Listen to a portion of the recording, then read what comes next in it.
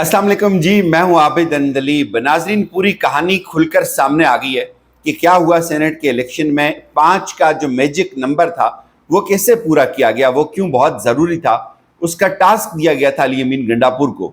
ये वो कहानी है जो पाकिस्तान तहरीक इंसाफ की क़यादत ने बहुत बड़ा फ्रॉड किया इमरान खान के साथ भी और अपने कारकुनों के साथ भी। अब तमाम तर सूरत हाल खुलकर सामने आ गई है। किस तरह छुरा घोंपा गया इमरान खान की पीठ में, किस तरह झूठ बोला गया, किस तरह इमरान खान की बहनों को सिर्फ 10 मिनट अडयाला जेल के बाहर रखा गया, मुलाकात करवाई गई और किस तरह 2 घंटे बैरिस्टर सैफ अडयाला जेल में इमरान खान को कन्विंस करते रहे।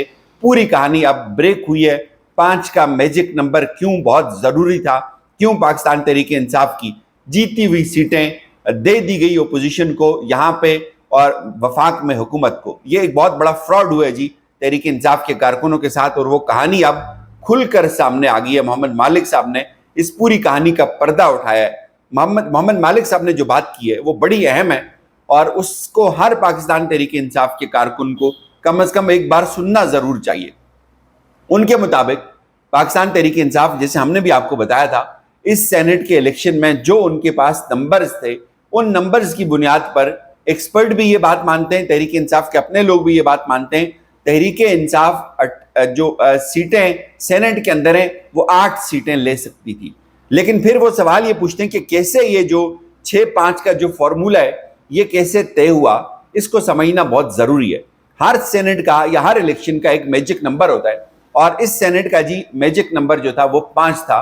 5 नंबर्स अगर हुकूमत को मिल जाएंगे वफाक के अंदर तो वो आसानी से सेनेट में अपनी 2/3 अक्सरियत बनाने में कामयाब हो जाएंगे। ये एक गेम थी। पूरी कहानी ये है। इस पूरे सेनेट की इलेक्शन की कहानी ये है कि हुकूमत को 5 सीटें देनी थी ताकि हुकूमत को 2/3 अक्सरियत सेनेट के अंदर भी हासिल हो जाए। जैसे यहाँ पे कौमी असम्बली में जो 2/3 अक्सरियत है वो पाकिस्तान तहरीक इंसाफ की सीटें छीन कर दी गई, ऐसे ही वहाँ पे भी सेनेट के अंदर भी तहरीक इंसाफ की 2 सीटें छीन कर यहाँ पे उनकी 2/3 अक्सरियत पूरी की गई। गेम ये थी, फार्मूला ये तब तय पाया कि कहा यह गया जी के जो कुछ लोग हैं वो इधर उधर हो जाएंगे, बंदे स्लिप हो जाएंगे, लिहाजा उससे बचने के लिए हम ये करते हैं कि हम 6-5 का फार्मूला बना लेते हैं। ये फार्मूला 8-4 पे भी या 8-3 पे भी अप्लाई हो सकता था।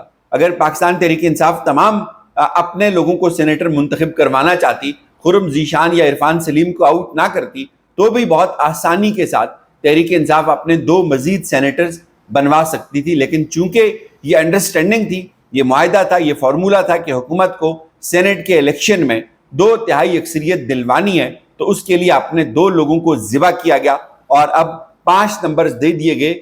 वहाँ पे खैबर पख्तूनख्वा की अपोजिशन और वफाक के अंदर हुकूमत है, जाहिर है पीपल्स पार्टी और JUI पे, और यहाँ पे इनको यहाँ इनकी 2/3 अक्सरियत सेनेट के अंदर पूरी कर दी गई। ये कहानी थी।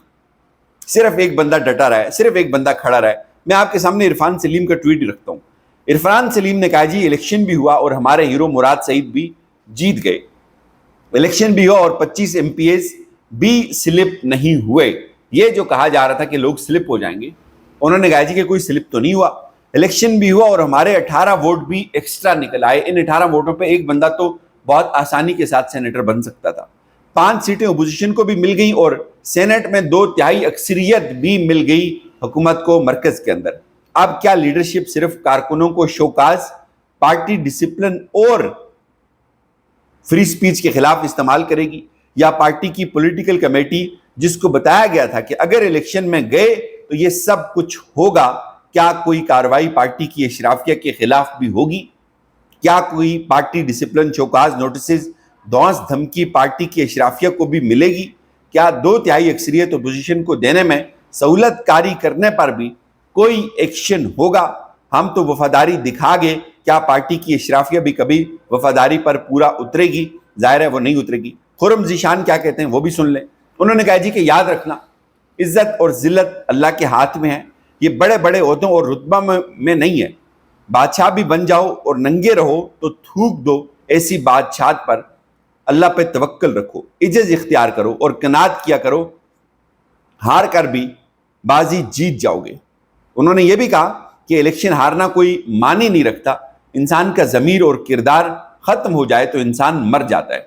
मेरे जवानों, کبھی اپنی خودداری، ایمان، غیرت اور ضمیر پہ سودے بازی نہ کرنا. آپ انمول ہو، آپ کی قیمت لگانے والا آپ کی توہین کرتا ہے. آپ کی اجازت کبھی کسی کو اس کی اجازت مت دو. عرفان سلیم نے جو مطالبہ کیا، انہوں نے کہا جی کہ آپ نے سہولت کاری کی ہے سینٹ کے اندر حکومت کو 2/3 اکثریت دینے کی، اور یہ بندہ ہر بندہ یہ بات کر رہا ہے اب کہ آپ نے یہ کیسے کر لیا، کیسے آپ نے سہولت کاری کر دی، کیسے آپ نے حکومت کو 2/3 اکثریت دلوا دی سینٹ کے اندر اور اپنے لوگوں کو یہاں پہ ذبح کر دیا. یہ بات بہت امپورٹنٹ ہے، اس کے اوپر سوال ہونا چاہیے.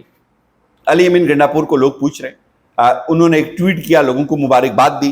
جائیں ان کے ٹویٹر ہینڈل کے اوپر جا کر چیک کریں کتنی گالیاں لوگوں نے دیے نیچے، کتنا غصہ ہے کارکنوں کو. اور تحریک انصاف کے کارکن بالکل کسی کو معاف کرنے کے موڈ میں نہیں ہیں.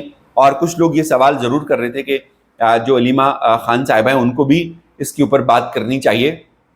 ڈیفینیٹلی ان کو بات کرنی چاہیے تھی، لیکن چونکہ اگر وہ بات کرتی ہیں تو پھر یہی مسئلے شروع ہو جاتے ہیں. جی دیکھیں عمران خان کی بہنیں سیاست میں مداخلت کر رہی ہیں اور یہ اور وہ. اور ویسے بھی علیمہ خان صاحبہ کے اوپر بھی جیل کے دروازے، اڈیالہ جیل کے دروازے بند ہیں. عمران خان صاحب سے ان کی ملاقات بھی بند کر دی گئی ہے. لیکن بہت سارے کارکنوں نے یہ تمام جو مسائل تھے ان کے اوپر بڑی بھرپور آواز اٹھائی ہے. ایسی آواز آپ کو باقی کسی جماعت میں نظر نہیں آتی، نہیں ملتی. ابھی آپ دیکھیں نا، جو بلور خاندان کی جو بہو تھیں ابھی، سمر غالباً ان کا کیا نام ہے، وہ ابھی نون لیگ میں آئی، اور جیسے ہی وہ نون لیگ میں آئی تو ان کو پہلا ٹکٹ تھما دیا گیا. یہ وہاں پہ کسی نے اعتراض نہیں کیا کہ ایک بندی کل آ گئی آپ کی پارٹی کے اندر تو آج ہی آپ نے اس کو ٹکٹ دے دیا. یا پیپلز پارٹی میں سینیٹر طلحہ صاحب گئے تو وہاں پہ یہ تنقید آپ کو دیکھنے کو نہیں ملی ہوگی کہ ان کی کسی کارکن نے اعتراض کیا ہو کہ یہ ابھی انہوں نے پارٹی جوائن کی تھی، یا جو دیرینہ کارکنان ہیں ان کو ٹکٹ کیوں نہیں دیا گیا. تو یہ صرف تحریک انصاف کے اندر ہے کہ ایٹ لیسٹ یہاں پہ بات تو ضرور کی جاتی ہے، یہاں پہ اعتراض تو ضرور کیا جاتا ہے. سنا یا نہ سنا جانا وہ ایک الگ بات ہے. ظاہر ہے نہیں سنا گیا. علی امین گنڈاپور صاحب نے کھل کے یہاں پہ بدماشی کی، انہوں نے اپنے بندوں کو جتوایا جن کو انہوں نے چاہا تھا. ایک ووٹ انہوں نے خود کاؤنٹ کروایا، وہ سب انہوں نے کیا چونکہ وہ یہ سب کرنے کی کمٹمنٹ دے چکے ہوئے تھے. اور اس پورے ایپیسوڈ کے اندر بہت سارے لوگ مراد سعید کے اوپر بھی اب تنقید کر رہے ہیں کہ آپ کو کیا ملا یہ کر کے، اور یہ کیسے ہو گیا کہ مراد سعید جو ہے وہ سینیٹر بن گیا اور کسی سمجھوتے کے بغیر. یہ لوگ بھی ڈسکشن کر رہے ہیں کہ یہ اچانک سے نہیں ہوا، یہ سب کچھ جو ہے وہ اس سے لگتا ہے کہ کسی لارج سٹرکچر کے اندر جو ہے وہ یہ طے ہوا تھا سب، اور اس کے باوجود جو ہے وہ اس کے بغیر یہ ہو نہیں سکتا تھا.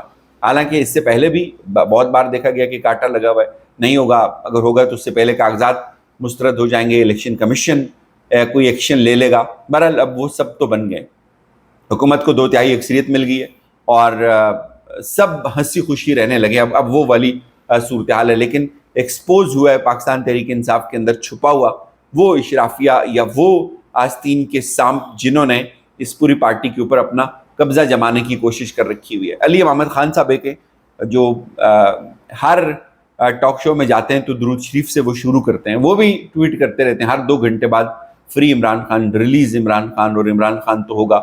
اعظم سواتی صاحب بھی یہ ٹویٹ کرتے ہیں عمران خان تو ہوگا. تو یہ سب سینیٹر بن گئے جو کوئی اتنا بڑا کردار نہیں تھا. ابھی جو ریسنٹلی جن لوگوں کو سینیٹر بنوایا ہے سوائے مراد سعید کے کسی نے کوئی اتنا زیادہ کشٹ نہیں کاٹا ہوا، کسی کی کوئی بہت بڑی قربانی نہیں ہے. لیکن وہ سب ہو گیا، سب بن گئے. اور جو کارکن تھا جس نے مار کھائی، جو پٹا، جو سڑک کے اوپر ہے، وہ اس کو کارنر کر دیا گیا. تو یہ گنڈاپور صاحب کر تو گئے لیکن شاید اس کو وہ بہت دیر تک ہضم نہیں کر سکیں گے. ملاقاتیں عمران خان کے ساتھ مجھے نہیں لگتا اگین آج ہوں گی، چونکہ ابھی یہ معاملہ تھوڑا تازہ ہے. اجازت دیجیے، اپنا خیال رکھیے گا. خدا حافظ.